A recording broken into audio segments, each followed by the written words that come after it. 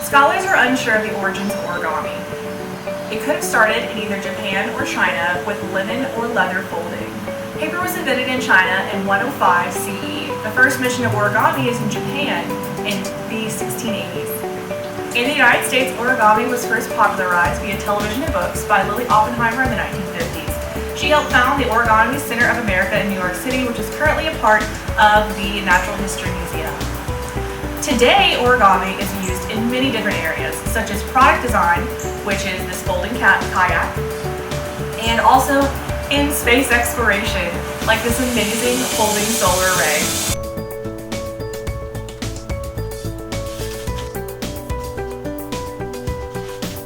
Alright, we're going to learn how to do a paper flower bookmark. First off, we're going to get a square sheet of paper. This is scrapbooking paper that I cut down to be a perfect square. We're going to fold it on the diagonal, open it back up, fold it on that diagonal again. Make sure those corners line up real nice and get that crease really sharp. We're then going to open it back up and then fold those corners to that center point where those lines intersect. Once again, making those folds as crisp as possible. We're going to do it on 3 of the sides and making sure everything lines up properly. You'll see right here I had to go back and fix this corner because it wasn't exactly perfect, and it's super important to be as precise as possible. You have this little envelope when you're done with this step. You're going to turn it over and fold on the diagonal again. Open it back up, fold it once more. This is going to create that center point like we had on the other side. This one's a little tricky. You're just going to pull those sides in and tuck it just like this. Those side pieces should line up on that center fold at the bottom. You're going to make this triangle. It should look like this. When you're done, little zigzags. Alright, then we're going to take the right side and we're going to fold that triangle up to that center line, creasing it really well, and once again doing the same thing on the left side.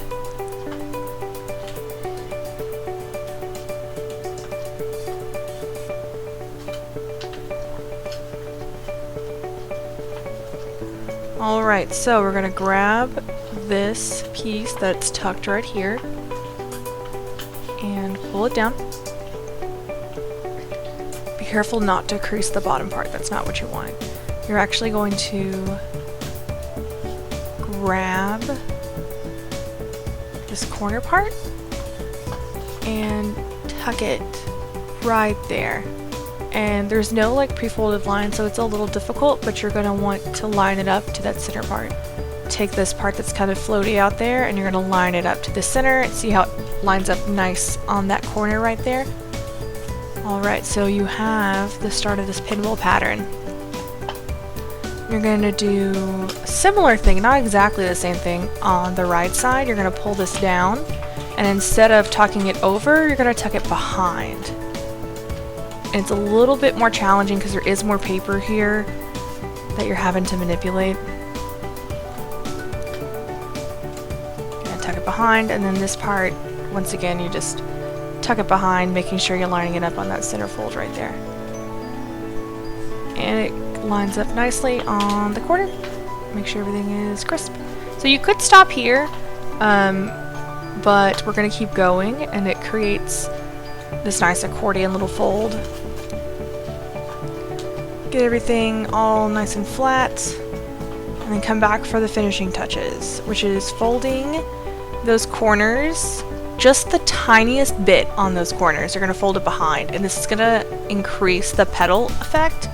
So, because flower petals don't have 90-degree angles, so we're going to make that a little softer on the edge, and you're going to do it to all of the petals. And once again, it is difficult when you get up here at the top because you do have all those layers of paper to manipulate.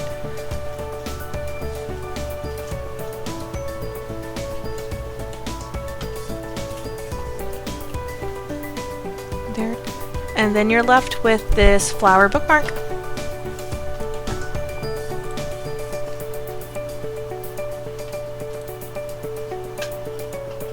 It has a spot to put all the pages. So open up your favorite book, mark your spot, and it will stay put for you and be easy to locate when you're looking at it on the outside.